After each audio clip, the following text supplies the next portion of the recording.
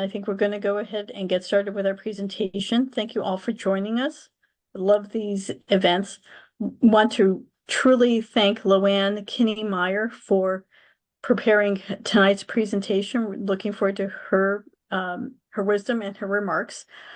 Have little introduction. So Loanne is a Kappa from Caldwell University in New Jersey, and she's been a teacher of healing practices for more than 3 decades and has developed her own courses entitled Choosing Joy and Meditation for Beginners. She's a trained hospice volunteer, a Reiki master. She's certified in therapeutic touch and has studied nutrition, Marian healing, and metaphysics. Loanne published her first book, Celestial Conversations, Healing Relationships After Death, in 2012. And her new book, Treasures in Grief, Discover 7 Spiritual Gifts Hidden in Your Pain, was published last September by Defining Moments Press. Her books are available on Amazon and lots of other places where books are sold.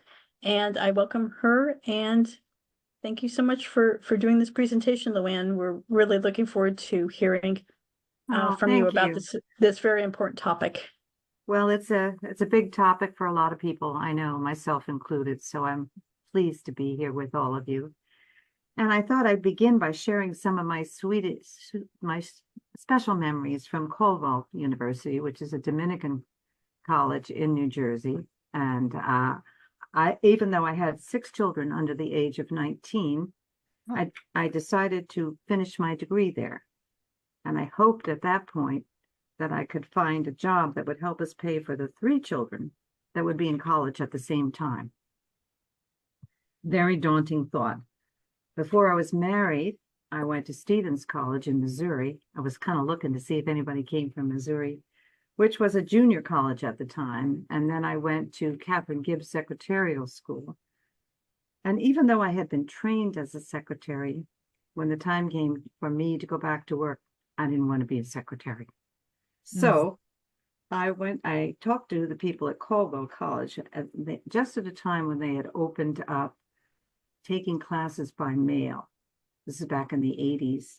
And so I decided to go back to the college to get my degree. This meant I only had to go on campus at the beginning of the semester and at the end when we took our exams, which suited me perfectly with my big family. Plus, Caldwell accepted many of my life experiences, so I only had 18 credits to finish my BS, which was really wonderful for me. The second semester, I was required to go on campus, which I absolutely adored. And it was a thrill to sit in with the classes and with the professors and the students, because I was kind of the middleman. I was older than some of the professors, and 2 of my children were already in college. So I did a lot of saying, well, what she really means is, to the professors or to the students, what she really means is. And I felt like I was contributing into that college, and I really loved the time that I was there. Sister Vivian Jennings turned out to be my good friend there, and she was the one that recommended me to Kappa. So I have very wonderful memories of that time of my life. So after graduating from Caldwell, I was hired as a director of development for the Madison Y, and it was perfect for me because, among other things, I put up a beautiful daycare center that they desperately needed at that point. It was just at the time when they were really pushing people to bring their children to a daycare center so that the mothers could go to work. And it was just such an honor for me to be able to do that, among other things that I did for them. So my days of that time of my life in the 80s were just filled with joy and gratitude. But that was then, and this is now. So today I'd like to share an extension of my years at Caldwell. I never expected to be an author. It never occurred to me that I would become an author. But due to the tragedy of the death of our second daughter, Cindy, in 2005, I was inspired to write my first book, which, as Anne said in the beginning, was entitled Celestial Conversations, Healing Relationships After Death. It was published by Cape House and went up on Amazon in 2011. That book gave me the opportunity to give talks and workshops all over the United States about grief and the benefits of transpersonal journaling. It helped me to comprehend how many people were grieving. When Cindy died, realistic or not, I didn't think there were that many people grieving the way I was grieving. It was a huge fraternity that I joined. And nor did I dream that Celestial Conversations would still be on Amazon in 2024. I published my second book in November of 2023. It was titled Treasures in Grief, Discover 7 Spiritual Gifts Hidden in Your Pain. And it is the reason for my visit with you today. I want to share with you how that book came to be and how it might help those of you who are grieving. Since I was in Glastonbury, England, at a writer's retreat when I was notified of my daughter's death, I decided to return to Glastonbury when I was scheduled to give a grief retreat at Oxford Manor in England in 2016. Once that commitment was made, it occurred to me it might be the perfect time to find closure over the grief of our daughter's death. Well, God had a better idea. Let me back up a little bit. Our daughter Cindy died at the age of 39. She was the second of 6 children and the one who had the most challenges growing up. She married a man who didn't want children, but she didn't know that until after she got married. Her husband's decision caused a great deal of stress on that marriage. Subsequently, they had 2 boys, the second of which was diagnosed as autistic, just at a time when autism was becoming well known in the country as a diagnosis. And of course, our grandson's autism only added to the immense strain on their marriage. After Cindy died, I sought grief counseling, which I highly recommend to anybody who's even thinking about it. It helped me so much. And I began journaling at the suggestion of my counselor. Providentially, I began transpersonal journaling instead of the traditional type of journaling that I had done for many years. The transpersonal journaling happened spontaneously one day after I said a prayer, meditated for 15 minutes, and then began to write to my mother in my journal. Mother had died a year before Cindy died, so I decided to write to her. Partly because the police had ruled that Cindy's death was a suicide, and I was convinced that she would never deliberately leave her boys, no matter how bad the marriage got. She had filed for divorce and was planning a life after her divorce became final. I could not get any information for the police because I was only the mother of Cindy, and her husband refused to give us any information. I was so frustrated by the lack of information about Cindy's death, I decided to journal in the hope I could reach my dead mother for information. I said a prayer, meditated for 15 minutes, and then wrote, "Dear Mom." I wrote a long letter to my mother asking her to help me understand what happened to Cindy. Nothing happened that day. No insights, no ideas, no thoughts of any kind came to me. My second attempt to write to my mother with transpersonal journaling was amazing. I started to write, "Dear Mom," but instead I wrote, "Dear Loanne." And even as I tell you this, after all these years, I get this little chill that goes through my body, which it did at the time. Despite my surprise, I kept on writing what every word that seemed to be dictated to my forehead. Mother not only described how Cindy died, but she shared that she was with her as she died. It was an actual out-of-body experience for me. I was in shock for the rest of the day. Wow. I realized that I had penetrated the veil and I was actually communicating with my dead mother. I didn't know how it worked, but it helped me so much that I continued journaling for 6 months before I told anyone. not even my husband, and I certainly didn't tell Father Murphy. I had no idea what was going on. However, I learned so much about my mother's life and Cindy's death that I was able to understand and accept both of their lives and their deaths. That doesn't mean that the pain of Cindy's death lessened, but the information I received really helped me understand what happened and to confirm that Cindy did not plan suicide.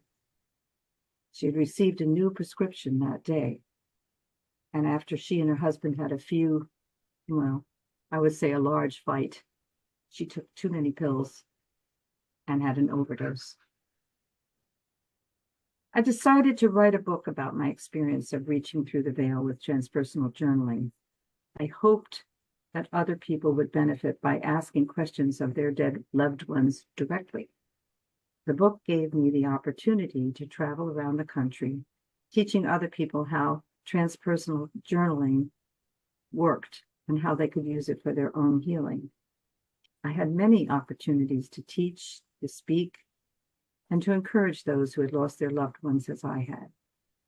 There are no words to articulate the pleasure it gave me to help other people who suffered the grief of the death of a loved one. Celestial Conversations also gave me the opportunity to meet two incredible ladies. Daniela Norris, who was born in Israel, had just finished publishing her book on dragonfly wings, and she asked me to write a commentary on her book.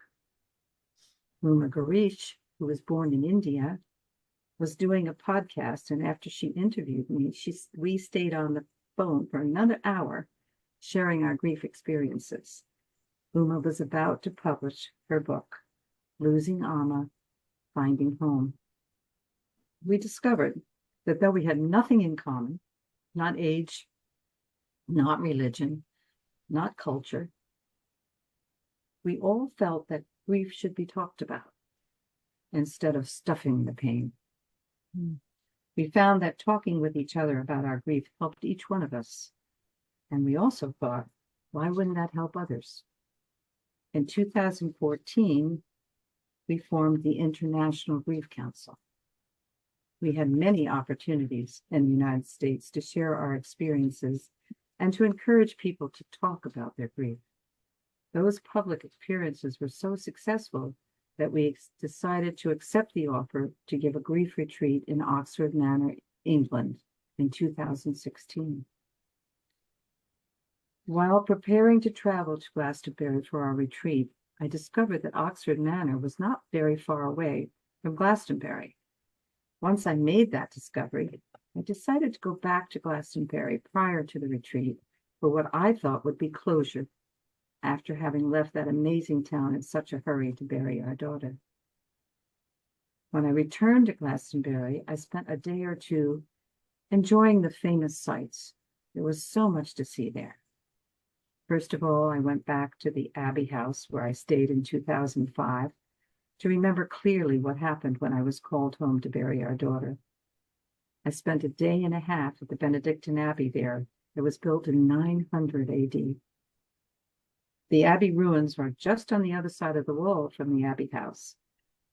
And at its height, it was the largest abbey in all of Europe. The legend is that King Arthur and Guinevere were buried on its property.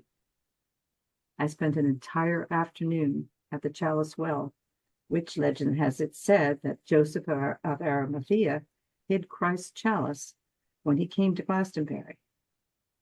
And I climbed the 518 feet to the top of the tour, where you are encouraged to look out and see all of Avalon and Camelot. I wanted to be sure to visit every special place in Glastonbury to make up for the fact that I had missed the opportunity in 2005. I had fallen in love with this lovely town, even though it was where I was notified of Cindy's death. My friend, Sister Maureen Conroy, tells me that it is the heart chakra of the world, and I found that to be true. My heart broke in Glastonbury, but it also began to heal in Glastonbury as I received a download of information about the treasures I received because of my grief. Let me tell you about that. On my way back home to the B&B from the holy thorn tree, which is a special tree in Glastonbury that blossomed out of the walking stick, which legend says belonged to Joseph of Arimathea, I pondered my hope to heal my broken heart. It is believed that Joseph planted his walking stick in the ground after arriving in Glastonbury. Then he fell asleep due to his exhausting journey from the Holy Land after Christ's crucifixion. When Joseph of Arimathea woke up in Glastonbury, the stick had become a tree in bloom and has blossomed every Christmas and Easter until it was recently cut down by vandals. It was a long walk from the holy thorn tree back to my bed and breakfast, so I stopped at St. Margaret's Church to rest a bit. St. Margaret's has a tiny chapel across the street from the Abbey, and it has the tiniest chapel, which invited me in. I sat for some time, noticing that no one was in the chapel but me. I prayed for forgiveness of those I blamed for Cindy's death and for closure of my grief. As I looked up after kneeling in prayer, I saw over the altar a list of 7 words that seemed to glisten in gold as they appeared to hang over the altar, right in the air. The words were courage, compassion, faith, spiritual expansion, forgiveness, unconditional love, and mission. Again, I looked around the tiny chapel, hoping that someone would come in or had come in, and I could ask that person what he or she saw, and did they see what I saw? No one was there but me. As I looked at the shimmering words that were over the altar, I began to realize that I had become more courageous and compassionate since Cindy died. I reached deeply into my Catholic faith for help and solace. I even went to the Holy Land after Cindy died to walk the Via Dolorosa. I prayed to the Blessed Mother to help me understand how she was able to survive after her son was crucified and died on the cross. I believe that my prayers were answered because my heart began to heal deeply after my trip to Jerusalem and the Sea of Galilee.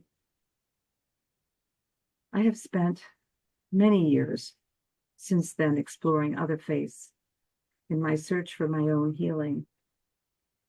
In the process, I learned how many leaders of different faiths lost their children and were not only able to heal, but they also went on to help others heal. In the long run, the example of forgiveness helped me to zero in to my need to forgive all those I blamed for Cindy's death.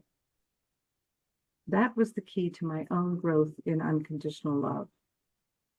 Loving people anyway, as Mother Teresa preached, was one of the hardest but the most important path to practicing unconditional love. It takes courage to accept that your child or anyone close to you has died. Indeed, it takes courage to find a counselor or a grief group that can help you move forward in your path of grief. It takes courage to go back to work and return to your group of friends.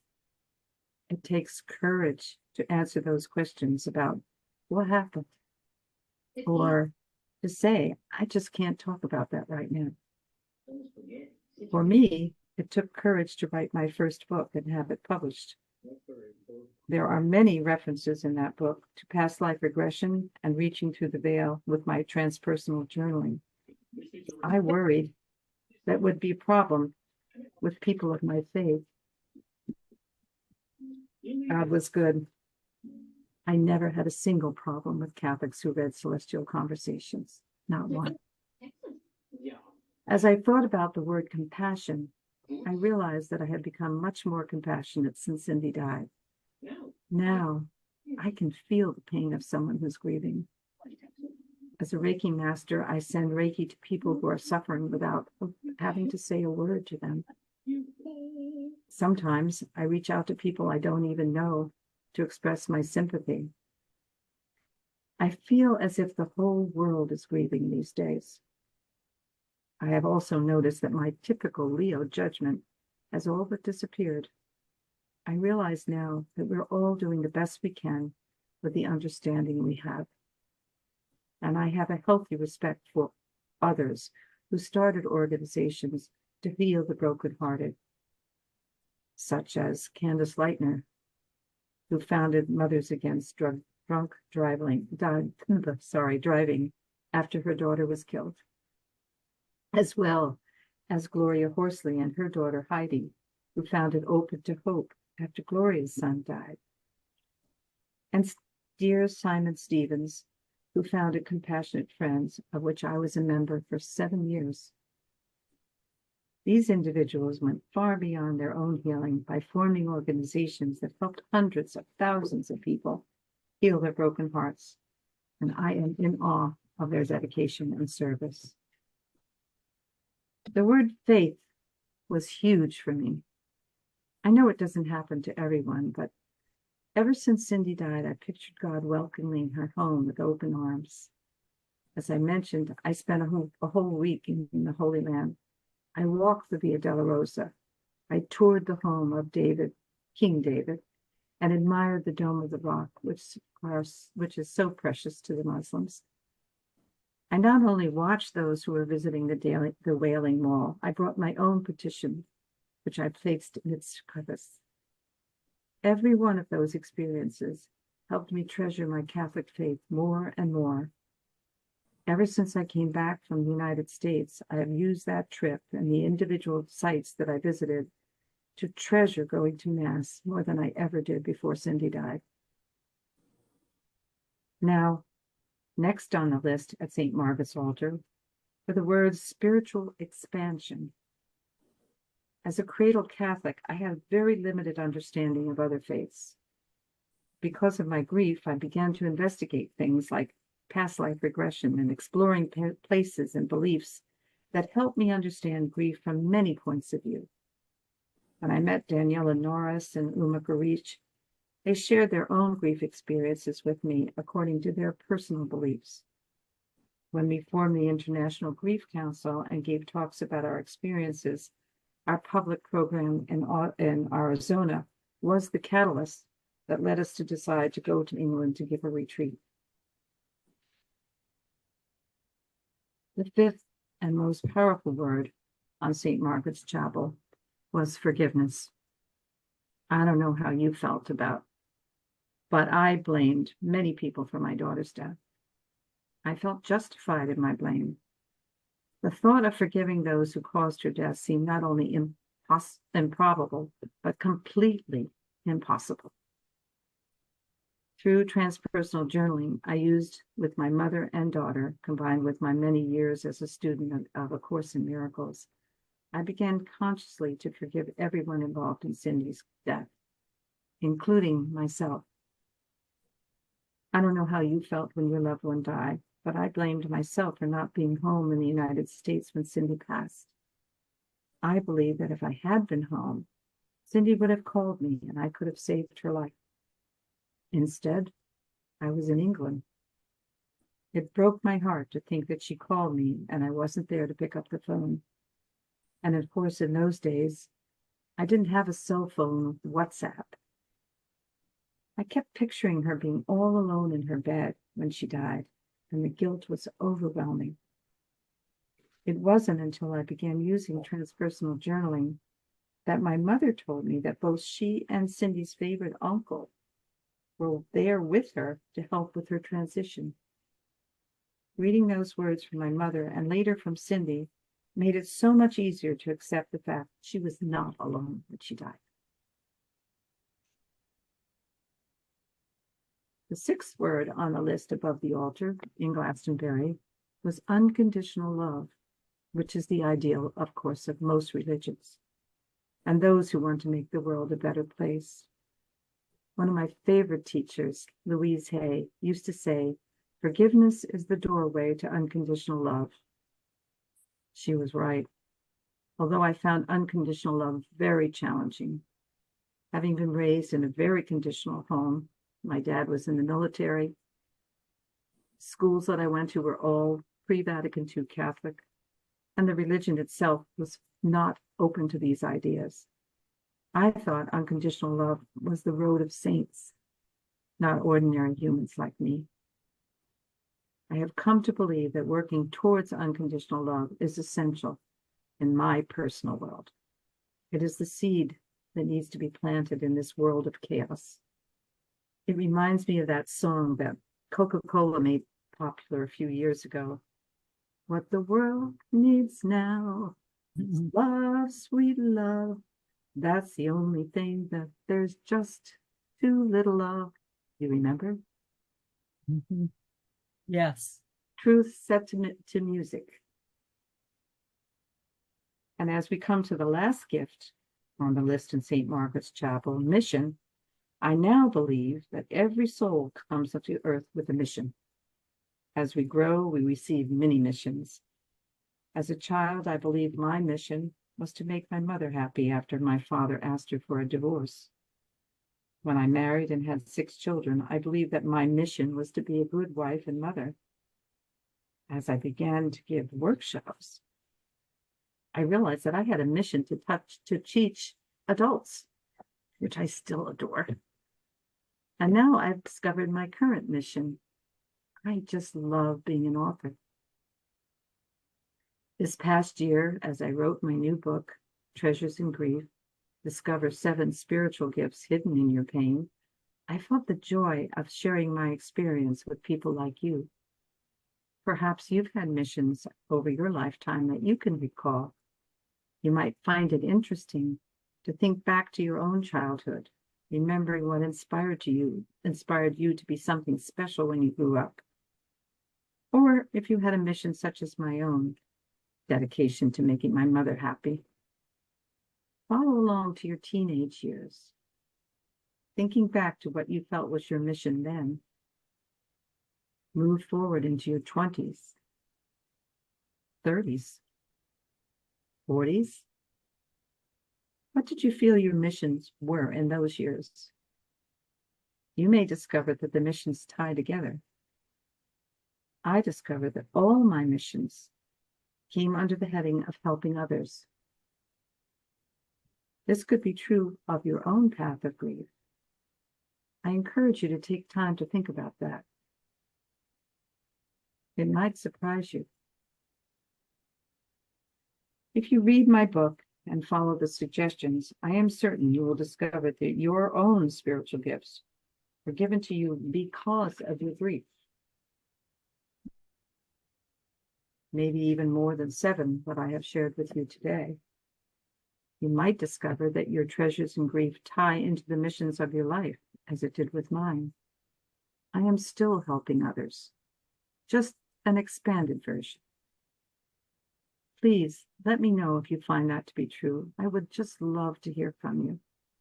You can email me at lamayer@msn.com, or you can call me on my cell, 201-787-0961. Thank you for giving me this time to talk with you today. It has been an honor. And if you have questions, I'm certainly happy to answer them. Thank you, Luann. That was wonderful and very powerful. I think all of us got chills at certain points. Thank you. You really reflected very, very powerfully about the process that you've gone through since losing your daughter, and I really appreciate your sharing. Thank you. Sure. Yes. Does anyone have any questions for Luann? Just open it for people to raise their hands or chime in. And if you don't want to speak, you can also put questions in the chat screen. So I think there is something there in the chat, right? Let's see. I have not found any questions yet. Just a few comments. Oh, okay. So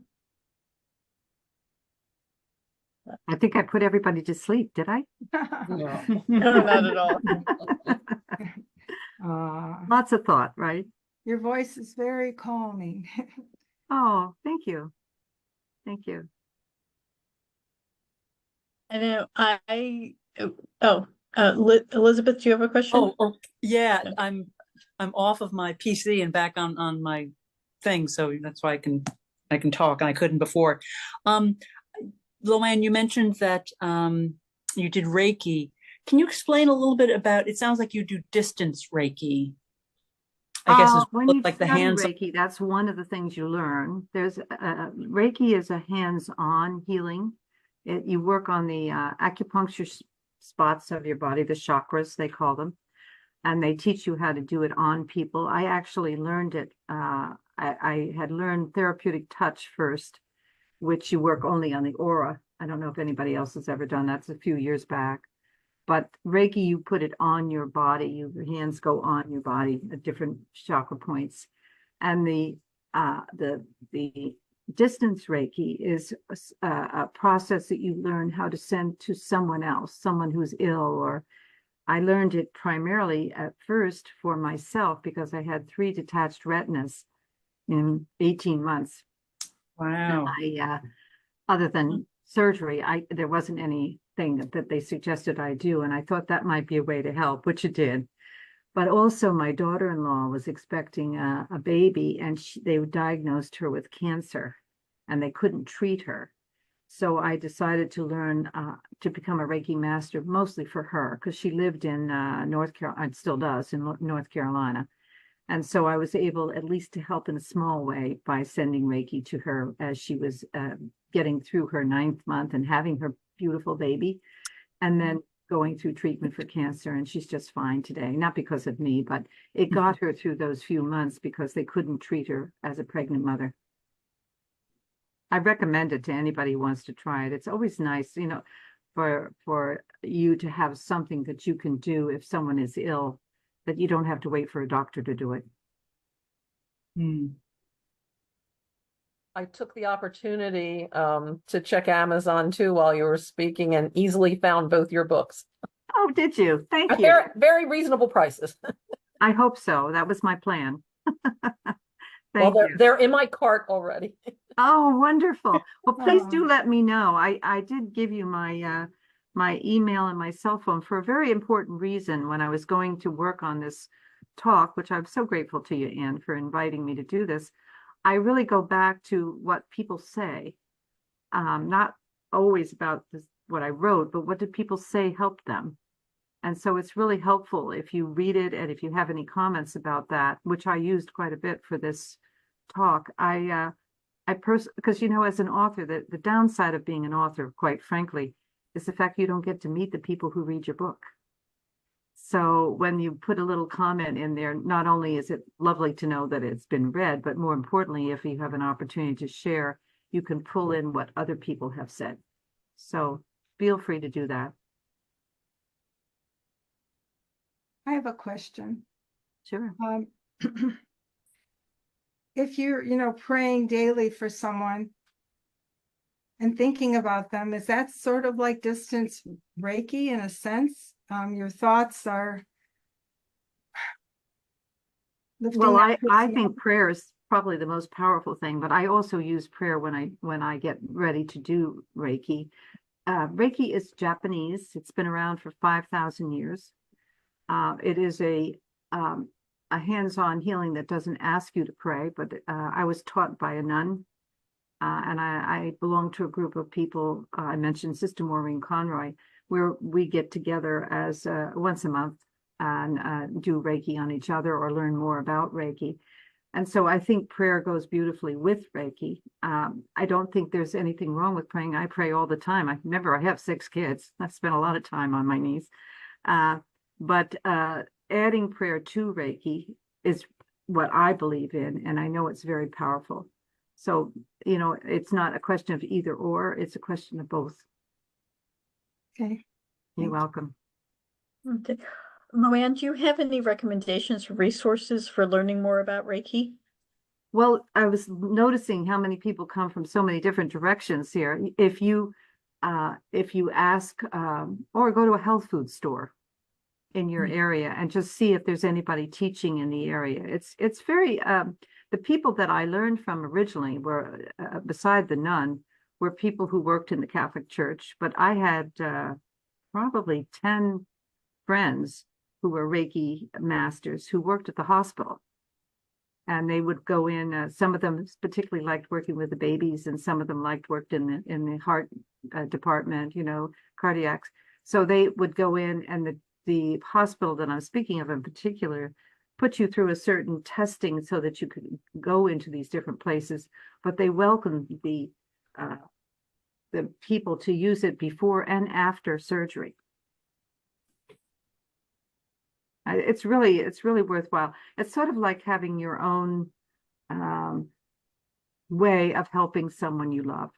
In my case, there were friends of mine who were in the hospital, and there were children of mine, grandchildren. Actually, the grandson I mentioned who had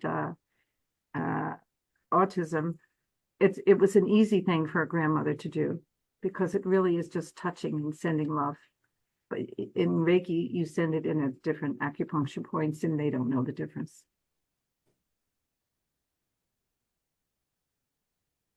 Okay.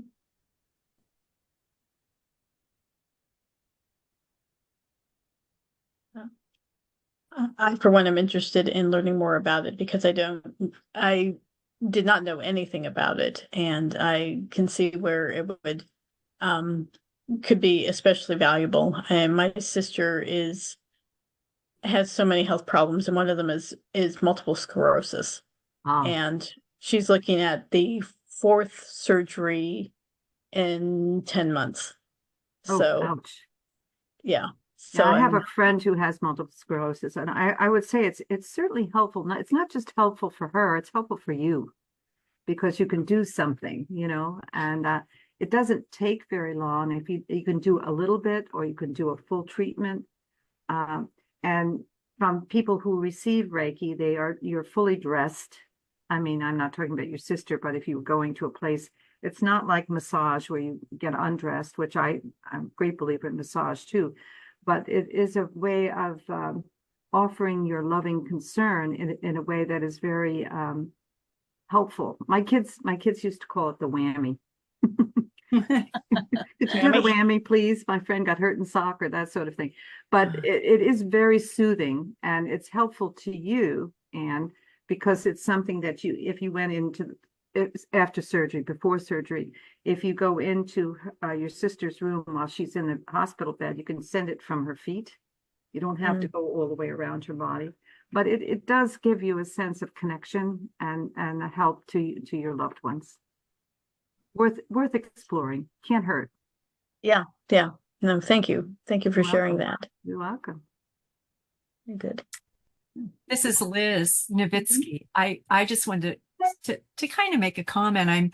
I'm very happy to hear that it sounds like much of the Catholic faith does embrace this. Do you feel? Reiki? Are you talking about? Yes.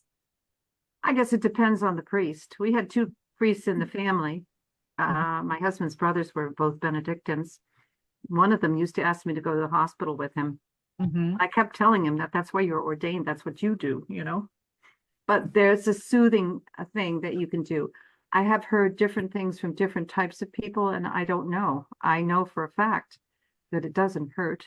And if it's done with loving intention and prayer, it can't hurt. I think that's why Healing Touch was Yes. created, is because the Catholic, most religious organizations don't buy into the Reiki.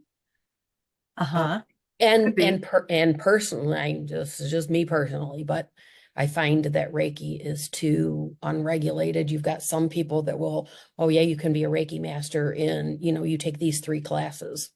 No, it doesn't quite work like that, but that's how they do it. And Healing Touch was brought forth for a lot of the nurses, for them to learn.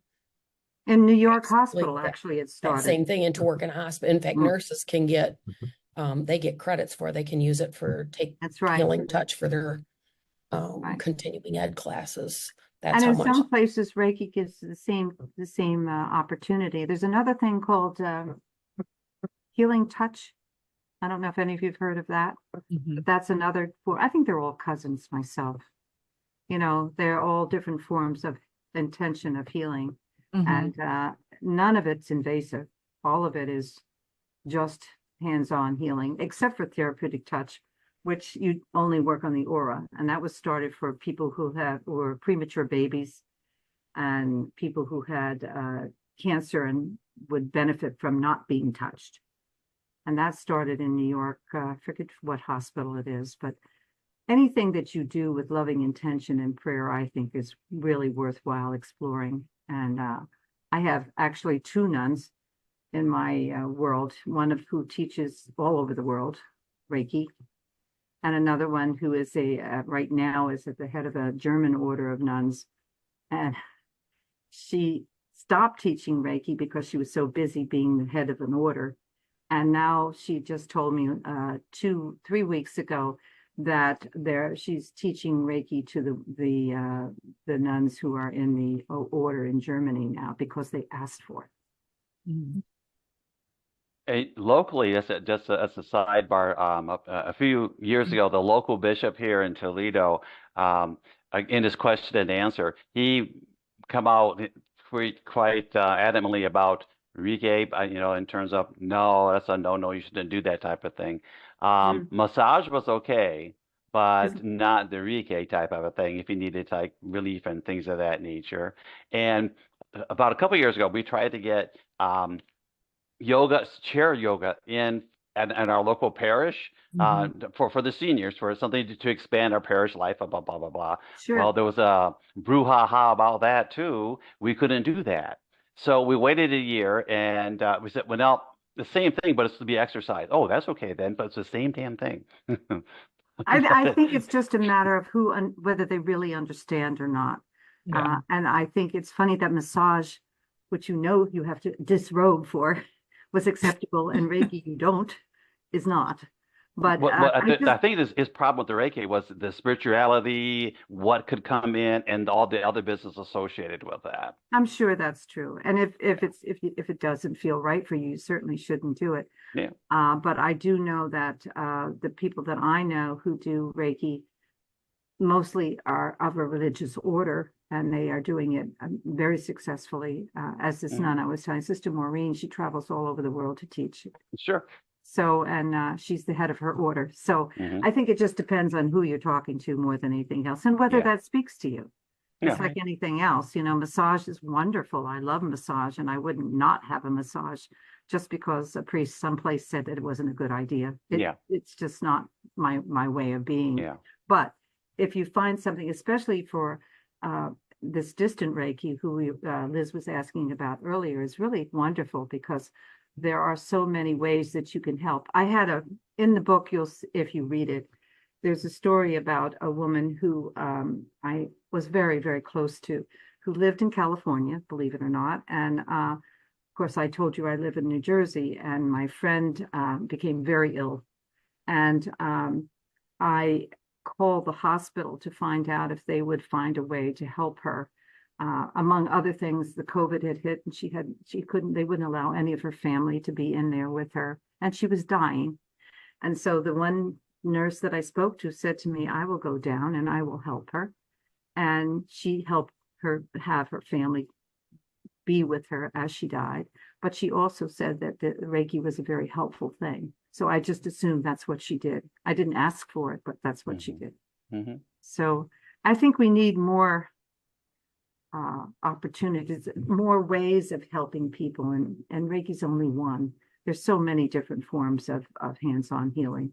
I have many friends who were charismatic, who used the charismatic movement when that was a big deal in my area. And I'll tell you a funny story about that. One of my friends, she had 7 kids, and the little one was in the hospital. I think he was like 5 or 6 years old, and they couldn't figure out what was wrong with him. And the doctor of record was my next door neighbor. And so I asked him to go over and do what he could for this little one because he was really getting worse every day. And he said, I know that. I go there every day. And I said, well, can't you do, he was a charismatic person. Couldn't you just do your, whatever it is you do for him? And he says, well, that's not possible because I work in a hospital and they wouldn't approve. I said, well, shut the door. Nobody needs to know. Anyway, John went over eventually and did his charismatic healing on him, which is way different than Reiki, of course, because that's very quiet. And a few days later, my friend called and she said, I want you to talk to someone. And the little one got on the phone. He said, hi, Mrs. Maya, I home. He got better immediately. So, you know, different stroke for different folks, as far as I'm concerned. Anybody else want to ask a question?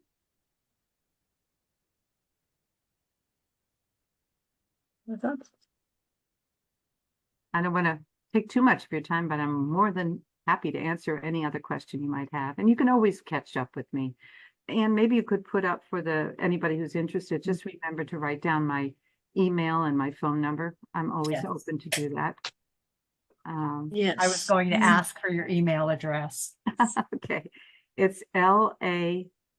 Mayer, M-A-Y-E-R, at msn.com.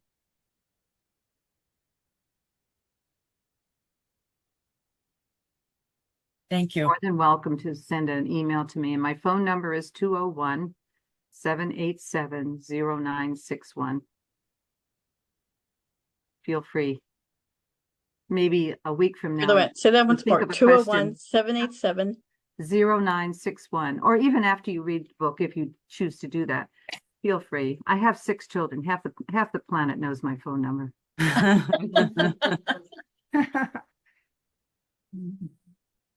Very good. Yeah. Can I just go ahead? ask a question before we end? Loanne, how did you learn about that? Did you call it transpersonal journaling? Did somebody share that with you, or I was waiting for someone to ask about that because you don't hear that word those 2 words to put together. What happened is that when I was so frustrated I couldn't get any information from the police or from my son-in-law about Cindy, I started just writing. I had journaled for many years, I should say that, but I just sat down and I wrote this letter to my mother, and I just needed to get it off my chest because I was so frustrated at the time. And I have when I meditate, and I've been a meditator for about 35 years, I guess. And I always say a prayer before I do my meditation, and that's what I did. And then I wrote whatever I had to write to my mom. And I did this for about 6 months. And when I was going to write the book, my editor said to me, I want you to meet someone. And so she wanted me to meet this professor at a university nearby. And this professor told me that there is such a thing as the transpersonal, I'm trying to think what it is, transpersonal organization. It's actually out of California now that I'm thinking about it. If I think of it before I finish this, my brain at this stage of my life is a little bit crazy. But anyway, he sat with me and explained, it was telling what I was doing. And I said, I have no idea what you call this. What is this? And he says it's transpersonal journaling. It's trans means above the brain. Transpersonal means that you're reaching out to something on the other side of the veil. And I said, I've never heard of it before. I didn't know what to call it. I only knew that it was helping me.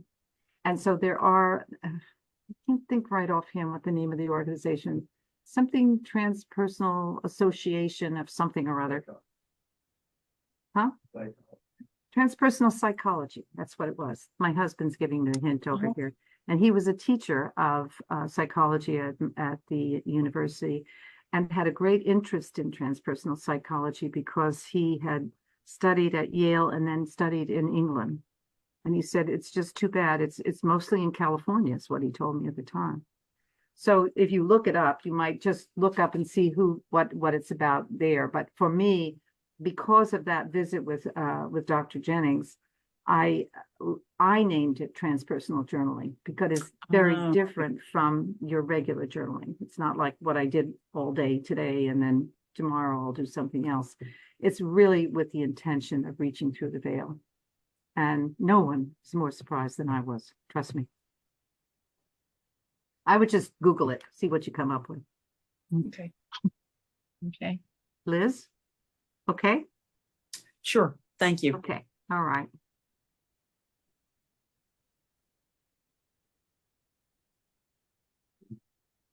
So does anyone else have a question?